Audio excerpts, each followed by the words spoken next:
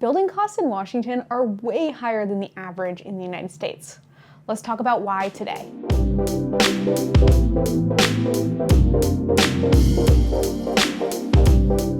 Hey, welcome back to the Living in Vancouver and Camas, Washington YouTube channel. I'm your host, Hannah Dubyne, and I'm excited you're here today because we are talking about building costs in Washington State.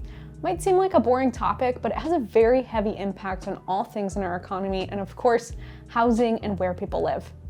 If you're new to the channel, feel free to subscribe to be the first ones to know about new videos, and sign up for Weekend Happenings with Hannah. We send out a fun newsletter with things to do in Clark County every single week. We handwrite it just for you guys. So I have a really interesting study from BIAW, Building Industry Association of Washington, that I want to crack open today and look at the numbers and let you guys know what exactly is going on with the state of building and costs associated with building in Washington State.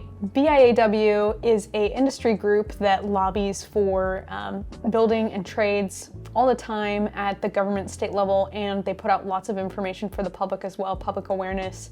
I'm a big fan of building. I'm in that world, so I am a part of BIA Clark County. So this study was really interesting because it was looking at the costs to construct and what homes sell at for new construction. And of course that has a direct trickle-down effect to consumers as they purchase homes.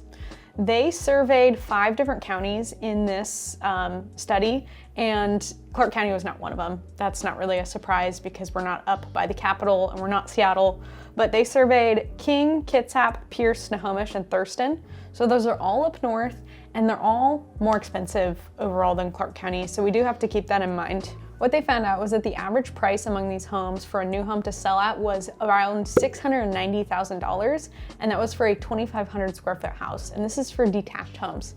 Single family home where you have your own yard, your own land, and you're not sharing walls with anyone.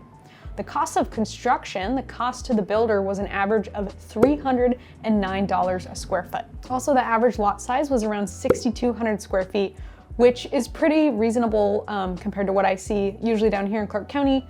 A 6,000 square foot lot, I'm seeing that quite a bit. I definitely see ones that are smaller, and I definitely see ones that are bigger. Now for townhouses, this is interesting. They actually found that townhouses are a higher price per square foot to construct, and I think it has to do with their methodology of how they took these numbers in, and they said that the cost for construction was $404 a square foot for a townhouse. As a refresher, a townhouse is a home that you share walls, or you appear to share walls with your neighbor. It's a zero lot line. There's usually 2 firewalls and a space in between, but they cover it up out front to make it look nice.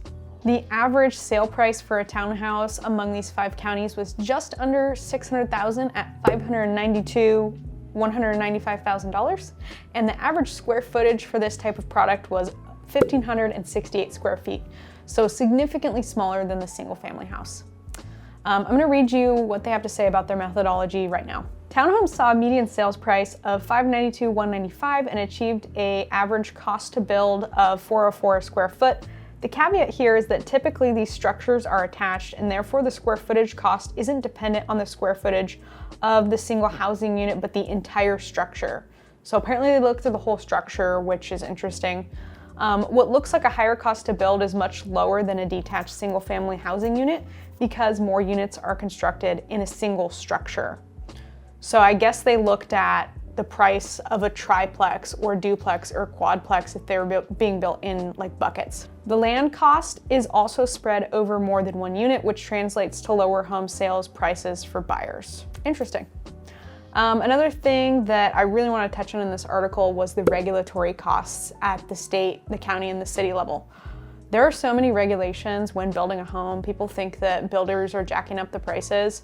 They found, guys, that 23.8% of the final sale price of the home, not the cost, but the final sale price of the home, goes straight to fees, impact fees and permits and, all the things they have to do.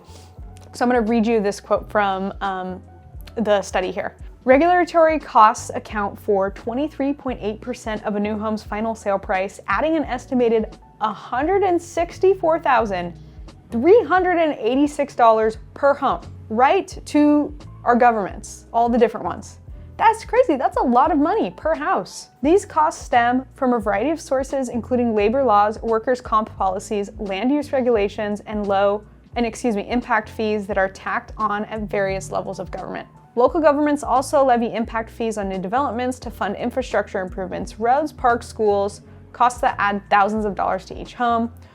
Meanwhile, strict zoning laws limit the amount of land available for development, and complex building codes increase construction costs, particularly for higher energy efficiency mandates, and those push higher prices.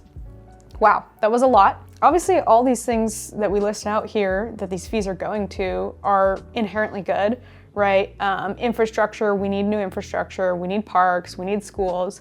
But the question is, when is it too much? And that's a difficult balance to strike because, you know, all of us in Clark County and in Washington State, we have different wants and needs. We want to see our government do different things with our money probably. But the question is, when is it too much?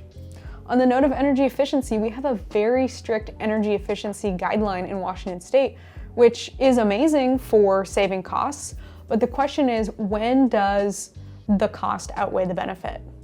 The most recent code revision that just went in this last year, a lot of what was in that for energy efficiency wasn't really necessary in my opinion, and I don't think it was in the eyes of many builders or tradespeople as well. It was just extra fluff that they were adding, and so it's great to be more energy efficient, right? I'm all for that, but the question is, when does it start to cost too much and not make any sense? I also wanted to touch on a couple bills that are coming soon at the state level that may impact housing and building affordability and how we're developing properties. We've got Senate Bill 5184, which is for Parking Reform and Modernization Act, that's what they call it. It's gonna reduce arbitrary parking requirements to lower housing development costs. Parking requirements are something that hang up a lot of developments, especially in the higher density ones, so there's definitely times where it makes more sense to peel those back. We've got House Bill 1096, the lot splitting bill, is going to allow for easier land division to increase buildable lots in urban areas. This goes in line with what we've seen with like ADU laws in lots of different cities in the United States recently, where folks can split their lot off and make another unit of housing, whether it be for sale or for rent. I think that's probably a good thing as long as we don't, go crazy and make our neighborhoods look terrible. The last one I'll share with you is Senate Bill 5729, and this is gonna speed up the residential permit process to reduce costly delay for home builders and buyers.